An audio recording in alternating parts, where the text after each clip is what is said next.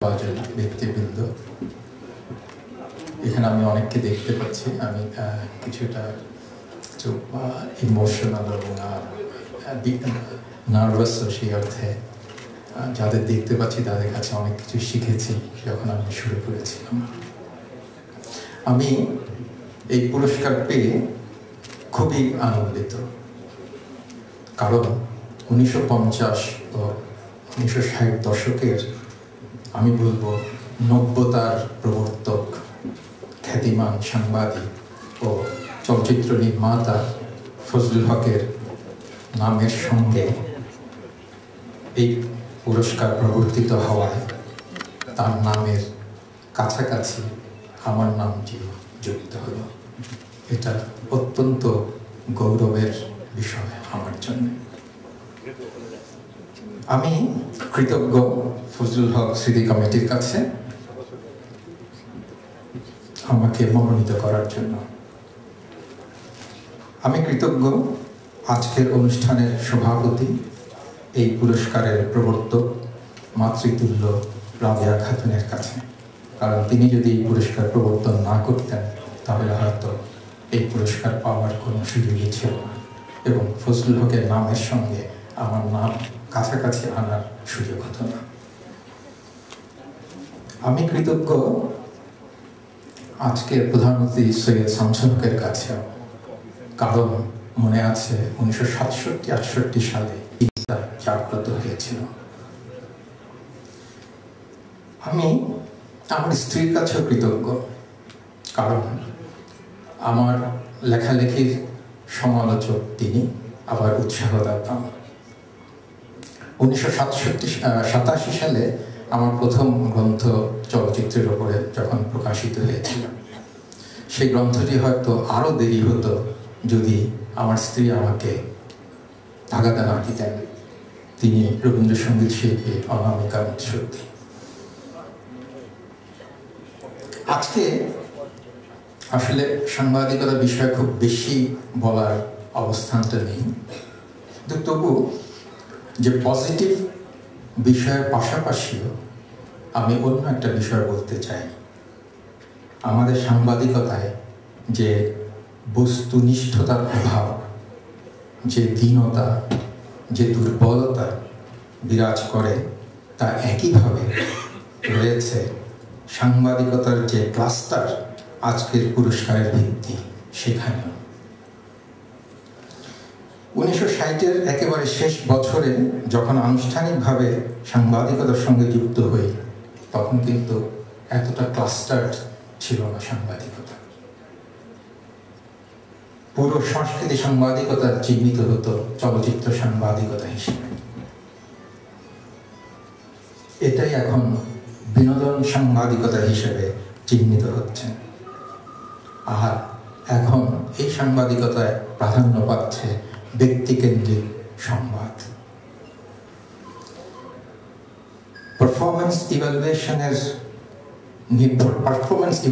নির্ভর করে যে সেমি একাডেমিক সাংবাদিকতা 60-এর দশকেও ছিল, সেটা অনেকটা হারিয়ে গেছে, প্রায় লুপ্ত হওয়ার পথে। আপনারা নিজেরাও সেটা জানেন, যখন গানের রিপোর্ট কিংবা নৃত্যের রিপোর্ট কিংবা চিত্রকলার রিপোর্ট এখন প্রকাশিত হয়, সেটার ধরন থেকেই। আমাদের মিডিয়া কর্তৃপক্ষ একইভাবে এই সাংবাদিকতার যে ক্লাস্টার, সংস্কৃতি সাংবাদিকতা, তার উপর কিন্তু খুব একটা জাস্টিস তারা করছেন না। আমার মনে হয় তারা অবহেলা করেন। বিশ্ববিদ্যালয়ের উচ্চতর ধাপ অতিক্রম করে যারা এই সাংবাদিকতায় আসছেন, কর্তৃপক্ষ তাদেরকে যথাযথ মর্যাদা বা যথাযথ সুযোগ দেন না। চলচ্চিত্র, সঙ্গীত, মঞ্চনাটক, নৃত্যকলা, চিত্রকলা, টিভি অনুষ্ঠান ইত্যাদি সম্পর্কে পদ্ধতিগত ধারণা থাকলেই কেবল সম্ভব এই বিষয়ে গভীরতার সঙ্গে মন্তব্য করা। আমার মনে আছে পুনে ফিল্ম ইনস্টিটিউটের অধ্যাপক সতীশ বাহাদুরের পরিচালনায় ফিল্ম অ্যাপ্রিসিয়েশন কোর্স অংশগ্রহণ করার পর এবং পরবর্তী পর্যায়ে হাতে কলমে শিক্ষানবিশী করার প্রেক্ষিতে আমার পক্ষে সম্ভব হয়েছিল চলচ্চিত্রের এবং পরবর্তী পর্যায়ে টিভি অনুষ্ঠানের যে টেকনিক্যাল বিষয়গুলো সেগুলো সম্পর্কে ধারণা নেওয়া। তা না হলে তার আগে চলচ্চিত্রের সম্পাদনা এবং চিত্রনাট্যের মধ্যে যে পার্থক্য সেটাই ধারণা করা খুবই কঠিন। এবং আমি মনে করি চলচ্চিত্র সম্পাদনা এবং চিত্রনাট্যের মধ্যে যে পার্থক্য সেটা সাধারণভাবে বোঝা খুবই কঠিন। সেই জন্যেই সাংবাদিকদেরও যারা এই ক্ষেত্রটিতে আছেন তাদেরকে এই বিষয়ে পদ্ধতিগত শিক্ষা গ্রহণ প্রয়োজন, এবং সেই জন্যেই কর্তৃপক্ষের উচিত তাদের জন্য প্রশিক্ষণের ব্যবস্থা করা। আমার নিজের উপলব্ধি থেকে এটা আমি মনে করছি। আমি আপনাদের সবাইকে ধন্যবাদ জানাই আমার বক্তব্য শোনার জন্য, এবং ফজলুল হকের স্মৃতির প্রতি শ্রদ্ধা জানিয়ে আমার বক্তব্য শেষ করছি।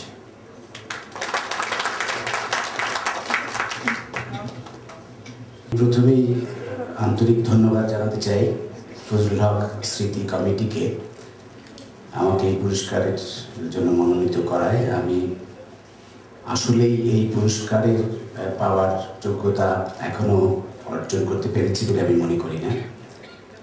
এই পুরস্কারটি অত্যন্ত গুরুত্বপূর্ণ আমার কাছে মনে হয়েছে, কারণ এই পুরস্কারটিতে এমন একজন ব্যক্তির নামে প্রবর্তিত হয়েছে যিনি আমাদের দেশের চলচ্চিত্র সাংবাদিকতায় এবং চলচ্চিত্র পরিচালনার ক্ষেত্রে একজন পথিকৃতের ভূমিকা পালন করেছেন।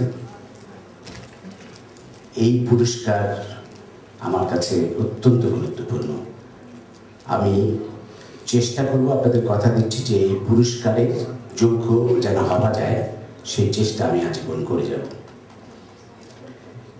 আমি খুব বেশি কথা বলবো না, একটি কথা বলে আমি শেষ করব। সাগর ভাইয়ের কথা অনেক এসছে, আমি সাগর ভাইয়ের একটি কথা দিয়ে শেষ করবো। আমি এখন একটা ছবি বানাচ্ছি ছোটদের জন্য, মুক্তিযুদ্ধের ছবি। আমার বন্ধু রাশেদ নামে একটি ছবি বানাচ্ছি মোহাম্মদ জাফর ইকবালের গল্প নিয়ে। ছবিটি প্রায় শেষ পর্যায়ে। আমি সরকারি অনুদান পেয়েছিলাম এই ছবিটা করার জন্য, কিন্তু অনুদান খুবই অল্প পরিমাণ টাকা দেওয়া হয়, আপনারা জানেন। সেটা দিয়ে ছবি কিছুই হয় না। তা আমি আরও টাকা জোগাড়ের চেষ্টা যখন করছিলাম শুটিং শুরুর সময়, সাগর ভাই আমাকে নিঃশর্তভাবে কিছু টাকা দিয়েছিলেন। আরও কিছু অন্যান্য সূত্র থেকে ধার করে আমি শুটিং শেষ করি। পরবর্তীকালে আমি যখন আবার ছবিটা শেষ করার জন্য, একেবারে ফাইনাল প্রিন্ট করার জন্য যে টাকা লাগবে সেটা তো আটকে গেলাম, কোনোভাবেই কোনো উপায় হচ্ছে না। আমি আবারও কিন্তু গেলাম সেই সাগর ভাইয়ের কাছে, এবং তিনি কিন্তু আবারও এগিয়ে আসলেন এবং তার প্রতিষ্ঠান ইমপ্রেস এই ছবিটার সাথে আনুষ্ঠানিকভাবে যুক্ত হলো। আমার প্রতিষ্ঠান মনন চলচ্চিত্র এবং ইমপ্রেস টেলিফিল্মের যৌথ প্রযোজনায় ছবিটা নির্মিত হবে বলে আমরা সিদ্ধান্তে উপনীত হলাম। সাগর ভাই কিন্তু আমাকে নিরাশ করলেন না। সাগর ভাই এখন এই ছবির প্রযোজক, এবং তার ফলে এটা অতি সম্প্রতি ঘটেছে, গত 2-3 দিনের ঘটনা, সেই জন্য আমি ঘটনাটি আপনাদের বলছি। তার ফলে কিন্তু আমি আশা করছি ছবিটা শেষ করতে পারবো এবং আগামী 16 ডিসেম্বর ছবিটা হয়তো মুক্তি দিতে পারবো। এই কথাটি এই জন্য বলছি যে একটি প্রতিষ্ঠান বা একজন মানুষ আসলে তারা যেমন বলেন যে তারা বাংলাদেশের সুস্থ ধারার চলচ্চিত্রের জন্য দায়বদ্ধ, সেই দায়বদ্ধতার প্রমাণ কিন্তু বিভিন্নভাবেই রেখে যান। আমি আশা করি ইমপ্রেস ভবিষ্যতে আমাদের চলচ্চিত্রের এই অগ্রযাত্রায় তাদের গুরুত্বপূর্ণ ভূমিকাটি রেখে যাবে। আমি আবারও সবাইকে, আপনাদের সবাইকে, এখানে অনেক আমার শ্রদ্ধাভাজন অনেক মানুষ এখানে আছেন, সবাইকে আন্তরিক ধন্যবাদ জানাচ্ছি। আর আজকে এই গুরুত্বপূর্ণ পুরস্কারটি আমার কাছে আরও বেশি গুরুত্বপূর্ণ হয়ে ওঠে এই কারণে যে আমি এটা রাবেয়া খালার কাছ থেকে এবং আমাদের হক ভাই শামসুল হক, আমার অত্যন্ত প্রিয় মানুষ, তাদের কাছ থেকে আমি পুরস্কারটা নিতে পেরেছি বলে সবাইকে ধন্যবাদ।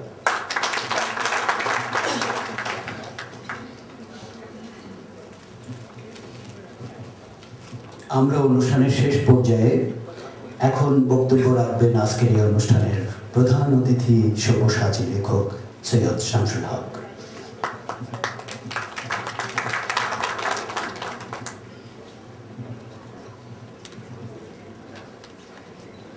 আপনাদের সবার জন্যে শুভেচ্ছা, শুভকামনা।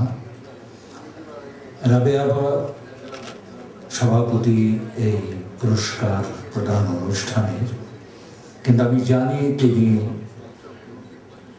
আগের প্রতিবারের মতো এবারও কোনো বক্তব্য দেবেন না, তার নীরবতাই হচ্ছে তার বক্তব্য। কাজেই আমার ভাষণ বা বক্তৃতা বা কথা দু চারটে যা বলবো সেটি শেষ কথায়, এরপরে বোধহয় খাবার অপেক্ষা করছে, খুব বেশি সময় নেব না। আজকে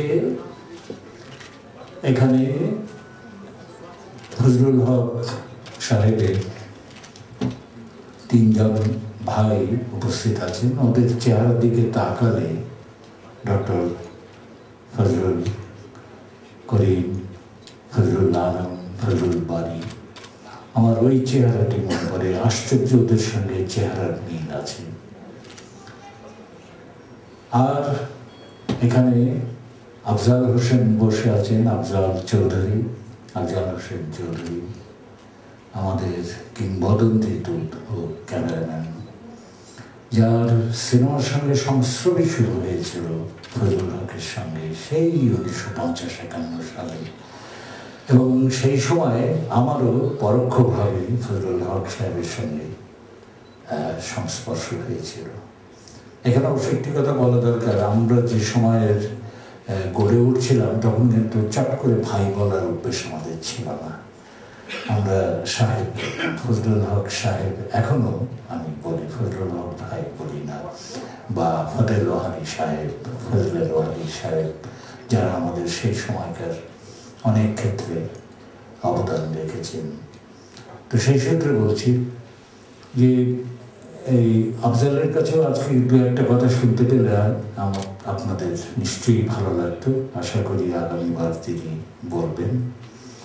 এই আফজাল বম্বেতে গিয়েছিল, এখানে বসে আছেন, আমার স্ত্রীও রয়েছেন পাশে। বম্বেতে গিয়েছিল, তার সহায়তা কিন্তু ফজলুল হক সাহেবের সেই 1951 সালে, এবং সেখানে ও গিয়েছিল সিনেমা পত্রিকার বম্বে সংবাদদাতা হিসেবে। একটা রোলিফ্লেক্স ক্যামেরা ছিল, এবং সেইখানে ওর সঙ্গে আমার পরিচয়। আমি তখন বম্বেতে ছিলাম, ওর সঙ্গে ভিক্টোরিয়া টার্মিনাস স্টেশনে দেখা এবং আলাপ, এবং বললো যে আসলে তো আমি সংবাদদাতা নই, আমি এসেছি ক্যামেরার কাজ শিখতে, এবং ফজলুল হক সাহেবের কথা বললেন, এবং আমরা একসঙ্গে কাজে ঢুকি। বিভিন্ন পরিচালক বা চলচ্চিত্র নির্মাতা তাদের প্রতিষ্ঠানের সঙ্গে যুক্ত হই, কিন্তু পেছন থেকে ফজলুল হক সাহেবের যে অবদান ছিল, আফজাল চৌধুরী এত বড় একজন ক্যামেরাম্যান হয়ে ওঠার, সেই কথাটি এখানে স্মরণ করছি। অনেক স্মৃতি কথা হয়েছে ফজলুল হক সাহেবের কথা, এরকমভাবে আনুষ্ঠানিকভাবে দাঁড়িয়ে বলাচ্ছে। ওই যে চর্চা কেন্দ্রের প্রস্তাব হয়েছে, ওই রকম একটি কেন্দ্র প্রতিষ্ঠিত হলে আরও অনেক কথা বলা যাবে। আমি ফজলুল হক সাহেব সম্পর্কে আমার স্মৃতি যতটুকু বা অন্যান্য পারিপার্শ্বিক তথ্য যতটুকু আমার কাছে গুরুত্বপূর্ণ মনে হয়েছে, আমি এই পুরস্কার প্রবর্তনের প্রথম বছরে আমি দীর্ঘ একটি প্রবন্ধ লিখেছিলাম, সে সময় সুবিনিরে ছাপা হয়েছিল। পরবর্তীকালে আমার প্রবন্ধ একটা বই স্বর্গের পথ নির্জন, তাতে ছাপা হয়েছে। কাজেই আমি আর পুনরাবৃত্তি করতে চাই না, কিন্তু এই মানুষটির কাছেও আমি কৃতজ্ঞ যে গত বছর আমাকে চলচ্চিত্র সাংবাদিকতায় এই পুরস্কার আমি পেয়ে গৌরবান্বিত হয়েছি। সেই চলচ্চিত্র সাংবাদিকতা আমার একটা সময়ের একটা বিশেষ কাজ ছিল, তার শুরুও কিন্তু ফজলুল হক সাহেবের হাতে, এবং সেখানেই প্রথম 1951 শেষ থেকে কি 52 শুরুর দিকে চলচ্চিত্র সম্পর্কে ছাপা হয়। সিনেমা পত্রিকার পুরনো সংখ্যাগুলো আছে কি না কোথাও আমি জানি না, কিন্তু থাকলে আমরা দেখতে পেতাম যে সেখানে, যেহেতু আমাদের এখানে তখন চলচ্চিত্র নির্মাণের কোনো প্রশ্নই ছিল না, কাজেই চলচ্চিত্র নির্মাণে পেছনে যে শিল্প ভাবনা আছে, যে ব্যাকরণ আছে, যে এস্থেটিক্স আছে, এইগুলো নিয়ে অনেক লেখা কিন্তু সে সময় বের উঠল সিনেমা পত্রিকায়। চিন্ময় মুৎসদ্দি তার অনুভূতি প্রকাশ করতে গিয়ে খুব গুরুত্বপূর্ণ একটি কথা বলেছেন, যে চলচ্চিত্র সাংবাদিকতায় যে এই জায়গায় নেমে গেছে, এখন একটা বিনোদন সাংবাদিকতায় দাঁড়িয়েছে, ব্যক্তিকেন্দ্রিক সাংবাদিকতায় দাঁড়িয়েছে। আমরা দেখি দুদিনও কাজ করতে পারিনি, বড় বড় রঙিন ছবি, তাদের কোথায় যাচ্ছেন, কোথায় খাচ্ছেন, এবারে ঈদে কী করবেন, এইগুলোই হচ্ছে একমাত্র বিষয়, এবং সাংবাদিকরা দৌড়ে বেড়াচ্ছেন তাদের পেছনে। কিন্তু ফজলুল হক সাহেব যখন শুরু করেছিলেন, বা কিছু পরে পরে আমরা যখন চলচ্চিত্র সাংবাদিকতার সঙ্গে যুক্ত হই, তখন আমাদের সামনে ছিল যে চলচ্চিত্র একটি শিল্প, এবং এই শিল্পকে শিল্পের চোখ দিয়ে দেখতে হবে, এর সব কিছু মিলিয়ে দেখতে হবে। একজন অভিনেতা বা অভিনেত্রী এখানে একমাত্র নন, বা কি ছবি হচ্ছে, কোথায় মুক্তি পাচ্ছে, কত বিক্রি হলো, এটা নয়। একই অবস্থা কিন্তু বইয়ের ব্যাপারে। আপনারা দেখবেন যে 21 ফেব্রুয়ারি বইয়ের মেলা যখন হয়, আমি বইয়ের কথা এই জন্য বলছি যে ফজলুল হক সাহেবের কিন্তু একটি এদেশের প্রথম কিন্তু গুরুত্বপূর্ণ একটি সাহিত্য প্রকাশনা প্রতিষ্ঠানও তিনি করেছিলেন, এবং সেখান থেকে জহির রায়হানের বই বেরিয়েছে, আরও অনেকের বই বেরিয়েছে। সেই জন্যই বলছি যে বইয়ের ব্যাপারেও দেখবেন যে রিপোর্টিংয়ে সবচেয়ে দুর্বল, সবচেয়ে তরুণ, সবচেয়ে নবীন সাংবাদিককে বইমেলায় পাঠানো হয়, এবং তারা এসে আমাদের কাছে জিজ্ঞেস করতো, এবং যে বই সবচেয়ে বেশি বিক্রি হচ্ছে সেই বইয়ের সম্পর্কেই রবরবা করে লিখছেন, কিন্তু গুরুত্বপূর্ণ বইগুলো একেবারেই পাশ করে চলে যাচ্ছে। তো সব দিক থেকেই খুব অবনতি হয়েছে। সেদিক থেকে আমি বলবো যে ফজলুল হক সাহেবের পুত্র ফরিদুর রেজা সাগর, তার যে পত্রিকা প্রকাশনা রয়েছে, সেখানে কিন্তু অনেক অবদান রাখতে শুরু করেছে, সাংবাদিকতাকে একটা স্তরে নিয়ে যাবার চেষ্টা করছে। এবং সেই জন্য আমার খুব পছন্দ হয়েছে সৈয়দ হাসান ইমাম যে প্রস্তাব করেছেন, যেটি আমি করতে চেয়েছিলাম মনে মনে, খুবই ভালো করেছেন। আমাদের সমসময়ের বলেই ওরও মাথায় কথাটা এসছে যে সিনেমা পত্রিকাটি আবার বের করা দরকার। ফরিদুর রেজা সাগর ইমপ্রেস টেলিফিল্মস থেকে আমাদের চলচ্চিত্রকে কিভাবে মানসম্মত করা যায়, শিল্পসম্মত করা যায়। আপনি শুনলেন যে মোর্শেদের ছবি তুলতে কীভাবে সাহায্য করছেন, এটা নতুন নয়, অনেক দিন থেকে করে আসছেন। এবার যদি তিনি সিনেমা পত্রিকাকে আবার নবপর্যায়ে বের করেন, এবং সেখানে চিন্ময় যে কথাটার দিকে আমাদের দৃষ্টি আকর্ষণ করেছে, সাংবাদিকতা, চলচ্চিত্র সাংবাদিকতা নেমে গেছে, সেইটাকে আবার যথাস্থানে ফিরিয়ে আনবার একটা উদ্যোগ যদি নেওয়া হয়, তাহলে আমি মনে করি যে খুব বড় মাপের একটি কাজ হবে, খুব বড় মাপের। কিছু দরকার নেই, একটি মাসিক পত্রিকা, আবার মাসিক হোক সিনেমা, এবং সেখানে চলচ্চিত্রের নন্দনতত্ত্ব, তার ব্যাকরণ, তার অর্জন, এগুলো নিয়ে লেখা থাকবে, গুরুত্বপূর্ণ লেখা থাকবে। এটা একটা খুব মূল্যবান একটি পত্রিকা হতে পারে। আমি ফরিদুর রেজা সাগর ওখানে দাঁড়িয়ে আছেন, আমি তার দৃষ্টি আকর্ষণ করছি যে সাগর, তুমি এটা অবশ্যই করবে সিনেমা পত্রিকার নবপর্যায়ে। তাহলেই আমি মনে করি যে মানুষটির একটি কাজ, একটি দিকের বড় কাজ দিয়ে থাকবে। দু একটা শুধু তথ্যগত ইয়ে করি যে ফজলুল হক সাহেবের খুব ইচ্ছে ছিল, আমি লিখেওছি এটা, যে একটা সিনেমা সিটি গড়ে তুলবেন, চলচ্চিত্র নগর। এবং সেটা তিনি সেই সময় ভেবেছিলেন, সেটা হচ্ছে সিরাজগঞ্জের কাছাকাছি, যমুনা নদীর থেকে এটা ছিল। এবং তিনি নামও একটা ঠিক করেছিলেন, সেই নামটি আবারও স্মরণ করিয়ে দিয়ে আমি লিখেছি গ্রিনউড। হলিউড থেকে এটা গ্রিনউড, সবুজ অরণ্য, এই নামে তার একটি পরিকল্পনা ছিল। আরও অনেক পরিকল্পনা আছে। তিনি স্বপ্নবান মানুষ ছিলেন, স্বপ্ন দেখতেন অবিরাম, কিন্তু একটা অস্থিরতা ছিল। এবং অসহিষ্ণুতা ছিল। ঠিক পার্সু করতে পারতেন না, লেগে থাকতে পারতেন না। এটাও কিন্তু আমাদের শেখবার মতো, লেগে থাকতে হয়, যেটা সাগর শিখেছে। এটা আমাদের সকলেই শেখাতেন, আমরা যেন অসহিষ্ণু না হই, আমরা যেন লেগে থাকি, স্থির মতি যেন আমাদের থাকে। অবশ্য বাংলাদেশে পরবর্তীকালে দেখেছি যে এইটা অনেকেই কাটিয়ে উঠতে পেরেছেন, কিন্তু ফজলুল হক সাহেব যে সময়কার মানুষ, ইংরেজরা চলে গেছে, সদ্য ভারত পাকিস্তান ভাগ হয়েছে, দেশভাগের যে যন্ত্রণা, সেটা আমাদের যে বয়স, সেই বয়সে আমরা যেটা দেখেছি আমরা জানি। সে সময় মানুষের পক্ষে স্থিরতা রাখা সত্যিই মুশকিল ছিল। আমার তখন 12-13 বছর বয়স, দেশ যখন ভাগ হয়, সেই সময় ফজলুল হক সাহেবের বয়স নিশ্চয় 18, 19, 20, 21 এরকম হবে। তো সেই অস্থিরতা বিভিন্নভাবে কাজ করেছে। কাজে তাকে আমি ঠিক দোষও দিই না যে তিনি অস্থির মতি ছিলেন এবং অসহিষ্ণু ছিলেন এবং অনেকটা সময় লেগে থাকবার মতো তার ঠিক মানসিক প্রবণতা ছিল না। কিন্তু থাকলে তিনি আজকে আমাদের সামনে এরকমভাবে বারবার করে শুধু স্বপ্নের কথা বলতে হতো না, আমরা কিছু বাস্তবেও দেখতে পেতাম। আমি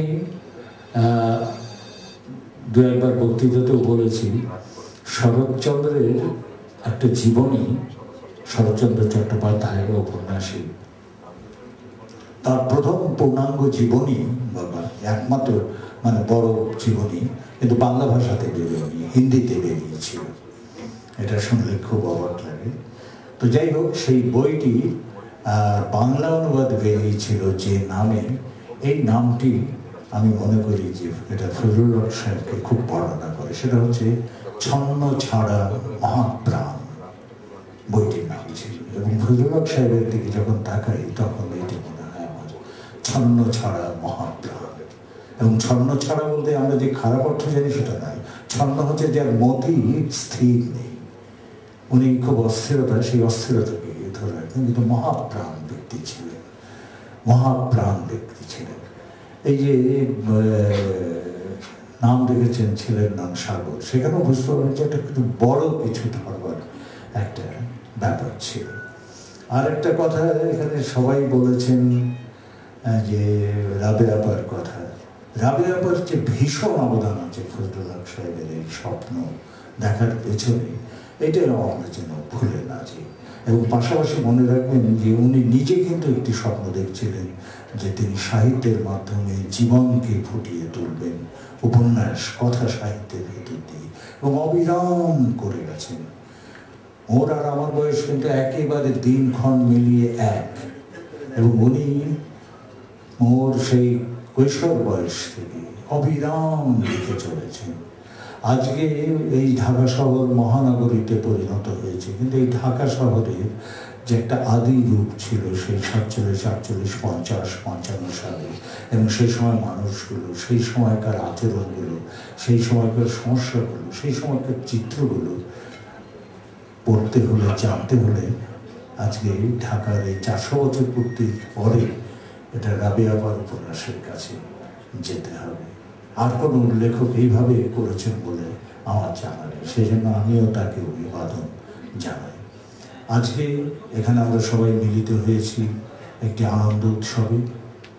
পুরস্কার পেয়েছেন দুজনেই আমার অত্যন্ত প্রতিভাজন, স্নেহভাজন। চিন্ময় মুৎসুটি এবং মুর্শিদুল ইসলাম, দুজনকে আমার অভিনন্দন এবং আন্তরিক হচ্ছে। এবং অনেক পথ এদের এখনও হাঁটতে হবে, এবং সেই পথে ওরা হেঁটে চলেছেন, সেই জন্য ওদের আমি খুব প্রশংসা করি, সবসময় দেখা হলে খুব প্রশংসা করি। আর সবশেষে বলি, আমরা হয়তো কেউ কেউ জানি বা সবাই জানি বা জানলেও ঠিক এই মুহূর্তে মনে নেই, আজকে ফজলুল হক সাহেবের প্রয়াণ দিবস। আজকের দিনে তিনি আমাদের ছেড়ে চলে যান। তার স্মৃতির প্রতি, তার আত্মার প্রতি আমাদের শ্রদ্ধাঞ্জলি, আমার শ্রদ্ধাঞ্জলি, আমার কৃতজ্ঞতা, আমার বেড়ে উঠবার, গড়ে উঠবার পেছনে তার যে হাত ছিল, সেই হাতটি স্পর্শ করে আমার বক্তব্য শেষ করছি। ধন্যবাদ। মানুষ ফজলুল হক, সম্মুখযাত্রী ফজলুল হক, দ্য ফ্রন্টিয়ার্স ম্যান ফজলুল হক। আমরা সবাই কথা শুনি প্রতি বছর, কিন্তু আসলে ধরে রাখা দরকার পরবর্তী প্রজন্মের জন্য। আজকে যে কথাটি এলো যে একটা চর্চা কেন্দ্রের দরকার, সেই দিকে যাওয়ার জন্যে উনি কেমন মানুষ ছিলেন, হয়তো যারা যে ওনার বন্ধুরা আছে, আত্মীয়রা আছেন, ওনার ভাইরা আছেন, ওনাদের স্মৃতি কখনো কখনো ওনাদের সাথে প্রতারিত করতে পারেন। সেই সমস্ত কারণে ফজলুল হকের উপর একটি ডকুমেন্টারি নির্মাণ করা হয়েছে। সেখানে আমি সামনে দেখতে পাচ্ছি যে ওনার অনেক বন্ধুরা সামনে আছেন, এবং আমরা ছবিটি আসলে পুরো শেষও করতে পারিনি। যেমন হাসান ইমাম, ওনার সাক্ষাৎকার নিতে পারিনি। আমরা কলকাতাতে গিয়েছিলাম আমি, কিন্তু আমার সাথে ওনার সময় হয়নি, দেশে আসার পরে তখনও হয়নি। এবং প্রতিবারই আমরা নতুন নতুন কিছু তথ্য পাই ফজলুল হক সম্পর্কে। তা আমরা আশা করছি যে তাও অনেকটা, এবার কলকাতার অভিনেত্রী অভিনয় করেছিলেন ওনার একটি ছবিতে, তারও কিছু সাক্ষাৎকার আছে। জাকির ভাইয়ের যেমন নেই, হাসান ভাইয়ের নেই। আমরা নতুন একদিন দেখলাম যে উনি বাংলাদেশ সরকারের কাছে মুক্তিযুদ্ধ চলাকালীন সময় কেক আপার কোনো রকমই সন্দেহের কারণ নেই যে সাংবাদিকরা এখানে কেউ বলবে না ফজলুল হক মুক্তিযোদ্ধা ছিলেন, সাংবাদিকদের বলার দরকার নেই, উনি আসলে মুক্তিযোদ্ধা ছিলেন। উনি কাজ করেছিলেন জয় বাংলা পত্রিকাতে ৭১ মুক্তিযুদ্ধ চলাকালীন সময়, এবং উনি স্বাধীন বাংলা বেতার কেন্দ্রে অভিনয় করতেন এবং লিখতেন, নাটিকা লিখতেন মুক্তিযুদ্ধকে উদ্দীপ্ত করবার জন্য। হাসান ইমামের মতো মানুষ উনি আছেন, ওনারা জানেন। তো এই বিষয়গুলো আমাদের পরে সন্নিবেশিত হবে আমাদের ছবিতে। তো আপনারা যে ছবিটা দেখলে খুশি হবো, কিন্তু অনেকেই যারা আছেন সাক্ষাৎকার দিয়ে আমাদেরকে তথ্যগুলো দিয়ে পূর্ণ করেছিলেন, তারা অনেকে দেখেন এবং পরিবারের সবাই আছে। তো আমি আবেদন করবো যে আপনাদের খাবার পরে যদি বিশ্রাম নিতে নিতে আপনারা ছবিটি দেখেন, তাহলে আমরা খুশি হব। ধন্যবাদ। সুধী মণ্ডলী, আপনাদেরকে পাশের ঘরে আমন্ত্রণ জানাচ্ছি দুপুরের খাবার।